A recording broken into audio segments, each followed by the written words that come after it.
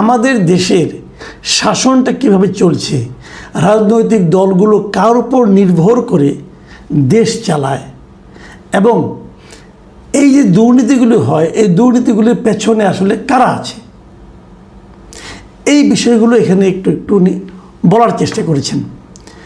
স্বাভাবিকভাবেই ওনারা যেহেতু ক্ষমতায় ছিলেন, ওনারা রাজনীতিবিদ ছিলেন, নিজেদের দোষ তো আর কেউ দেখবেন না, নিজেদেরকে বাঁচিয়ে কথা বলবেন। উনিও তাই করেছেন, কিন্তু তার মধ্য থেকেও আমি কিছু কিছু পয়েন্ট নিয়ে একটু কথা বলতে চাই। আপনি দেখবেন যে এই বিষয়গুলো এখনও চলছে, এখনও চলবে, আগামী দিনে হয়তো এগুলোই থাকবে। এই চেহারাগুলি খুব একটা পাল্টায় না। উনি এই আওয়ামী লীগ সরকারের দুটো ভুলের কথা উল্লেখ করেছেন। একটা ভুল হলো জনগণের সঙ্গে সম্পৃক্ততা কমে যাওয়া, আর দ্বিতীয় ভুলটা হলো চাঁদাবাজি। এটা উনি বলেছেন যে এই সরকার দুটো বড় ভুল করেছে। একটা হলো তারা জনগণ থেকে বিচ্ছিন্ন হয়ে গিয়েছিল এবং তারা তাদের লোকদেরকে অবাধে চাঁদাবাজি করতে দিত। এই দুটো কথাই আমার কাছে সত্য মনে হয়। কিন্তু এর সঙ্গে আরও একটা বিষয় আছে, সেটাও আমি বলতে চাই। সেটা হলো মানে অবাধে দুর্নীতিও করতে দিত। চাঁদাবাজি তো আর সরকারি লোকেরা কেউ হয় না, চাঁদাবাজি করে রাজনৈতিক পাতি নেতা, সমর্থক, গুন্ডা, মাস্তান এরা করে। কিন্তু যারা নাকি সরকারি কর্মকর্তা থাকে, সরকারি কর্মচারী থাকে, সেখানে যে দুর্নীতিটা হতো এই দুর্নীতিটাও কিন্তু আওয়ামী লীগ সরকার অবাধে করতে দিয়েছে। ব্যবসায়ীদের অনেক দুর্নীতি করতে দিয়েছে, সেই প্রসঙ্গটা একটু পরে আসবে। উনি এটা বলেছেন এবং উনি বলেছেন যে সাধারণ মানুষের সঙ্গে সরকারের যে দূরত্বটা এটা দিন দিন বেড়ে যাচ্ছিল। সরকার মানে সরকার প্রধানের কথা উনি বলেছেন যে সরকার প্রধানের সঙ্গে সরকার প্রধান জানতেন না যে সাধারণ মানুষ আসলে কী বলে কী চায়। সবসময় তারা চামচা পরিবেষ্টিত হয়ে থাকতেন এবং ওরা যা বোঝাতো সরকার প্রধান তাই সত্য মনে করতেন। এমনকি এটা বলতে যে উনি এটাও বলেছেন, যেহেতু মন্ত্রী এমপি এরা সাধারণ মানুষের সঙ্গে মানে মেশে, তারা যে ইনফরমেশনটা পায় সেটাও তারা সরকার প্রধানকে জানানোর সুযোগ পেত না। উনি বলতেন যখন প্রধানমন্ত্রী একটা মিটিং করতেন তখন আমরা 25-30 হাত দূরে থাকতাম, বসে থাকতাম, আমরা তার কাছে ভিড়তে পারতাম না। এসএসএফের কারণে নিরাপত্তার অজুহাতে ঢুকতে দেওয়া হতো না। আমি কিন্তু এই বক্তব্যের সঙ্গে আংশিক একমত। আংশিক একমত কেন? যে ওনারা যে অনেক কিছু জানতেন, জেনে প্রধানমন্ত্রীকে বলতেন, এটা আমি মনে করি না। ওনারা প্রত্যেকে নিজেরাও যেহেতু দুর্নীতিতে আকণ্ঠ নিমজ্জিত ছিলেন, এই জন্য ওনারা সুযোগ পেলে বলতেন না। বরং যদি ওনারা কখনো প্রধানমন্ত্রীর কাছে যেতে পারতেন, নিজেদের দুর্নীতির পথটাকে আরও একটু প্রশস্ত করার চেষ্টা করতেন। তারা সবাই করাপ্টে ছিলেন, কাজেই এই জায়গায় নিজেদেরকে সাধু বানানোর কোনো প্রয়োজন নাই। তবে বাস্তবতা হলো যে এসএসএফ যে তার কাছ থেকে সবাইকে দূরে রাখতো, এটা সত্য, এটা সবসময় সত্য। বেসিক্যালি এসএসএফ যে কাজটা করেন সব দেশেই আমি মনে করি, তারা যাকে ওনারা নিরাপত্তা দেন, যে শাসককে, যে ক্ষমতাধর ব্যক্তিকে, যে প্রধানমন্ত্রীকে অথবা প্রেসিডেন্টকে, তাদের মূল কাজ হলো এদেরকে জনগণ থেকে বিচ্ছিন্ন করে ফেলা।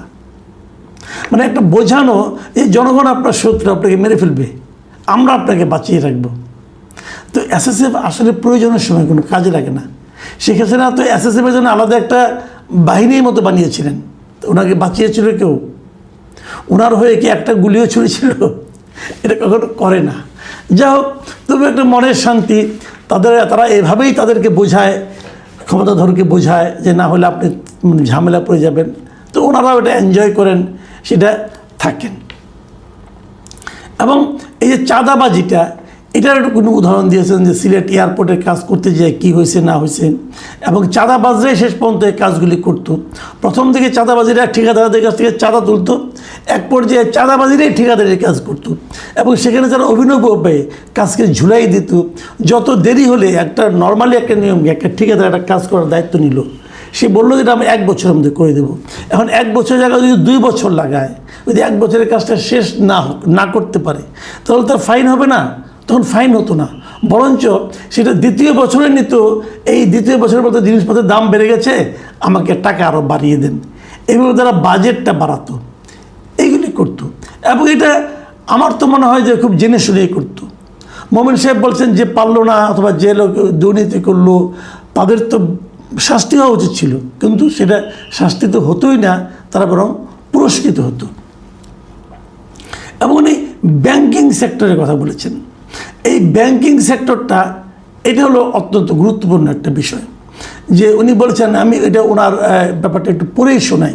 উনি বলেছেন ব্যাংকিং ক্ষেত্রে যে একটা নৈরাজ্য, ব্যাংকিংয়ে দুই একটা লোক লাভবান হচ্ছে, যারা এমন লোক, এরা ব্যবসায়ী, আমি চিনি না ওদের, এরা আওয়ামী লীগের লোক না। যেমন নামটা শোনেন, এস আলমের কাহিনী। এস আলম সাহেব কি একবার জাতীয় পার্টি, একবার বিএনপি, একবার জামাত, এইসব। উনি ব্যবসায়ী লোক। এই যে কথাটা উনি বলেছেন না, একটা চরম সত্য কথা। এস আলম আসলে কোনো পার্টি করতো না, সে সব পার্টিকে হাতে রাখতো, সে সব পার্টিকে টাকা দিত এবং টাকা দিয়ে সে তার ব্যবসাটা করত। ব্যবসা কেমন ধরা যাক, সে 1 কোটি টাকা কামাই করলো, সে 10 টাকা দেবে এই পার্টিকে, অথবা মনে করেন 1000 টাকা দেবে এই পার্টিকে, 2000 টাকা দেবে এই পার্টিকে, আর 1000 টাকা দেবে এই পার্টিকে, সব মিলে তো 4-5 হাজার টাকা খরচ, সে 1 কোটি টাকা নিয়ে চলে গেলো। এই ছিল এস আলমের, এবং টাকাটা নিয়ে এসে বিদেশে পাচার করে দিত।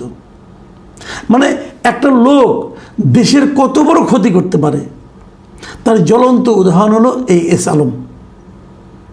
মানে আমার তো মনে হয় এই লোককে 10-12 বার ফাঁসি দিলে পরেও এর পাপের কোনো প্রায়শ্চিত্ত হবে না।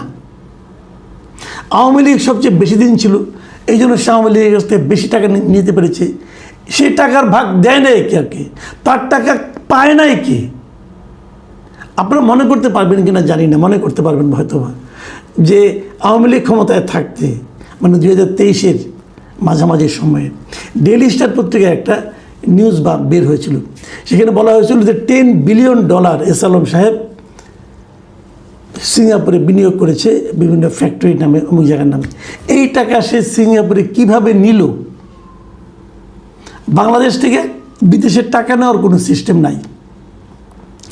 পারবেন ওই যে সরকারের কাছ থেকে আপনি কোনো পারমিশন নেন যে আমি ওই দেশে যেয়ে একটা ফ্যাক্টরি করব, ওই যে সরকার পারমিশন দেয় তাহলে যাবে, তা না হলে আপনি বিদেশ থেকে দেশে টাকা আনতে পারবেন, কিন্তু দেশ থেকে বিদেশে বড় অ্যামাউন্টের টাকা নিতে পারবেন না, এটি নিয়ম।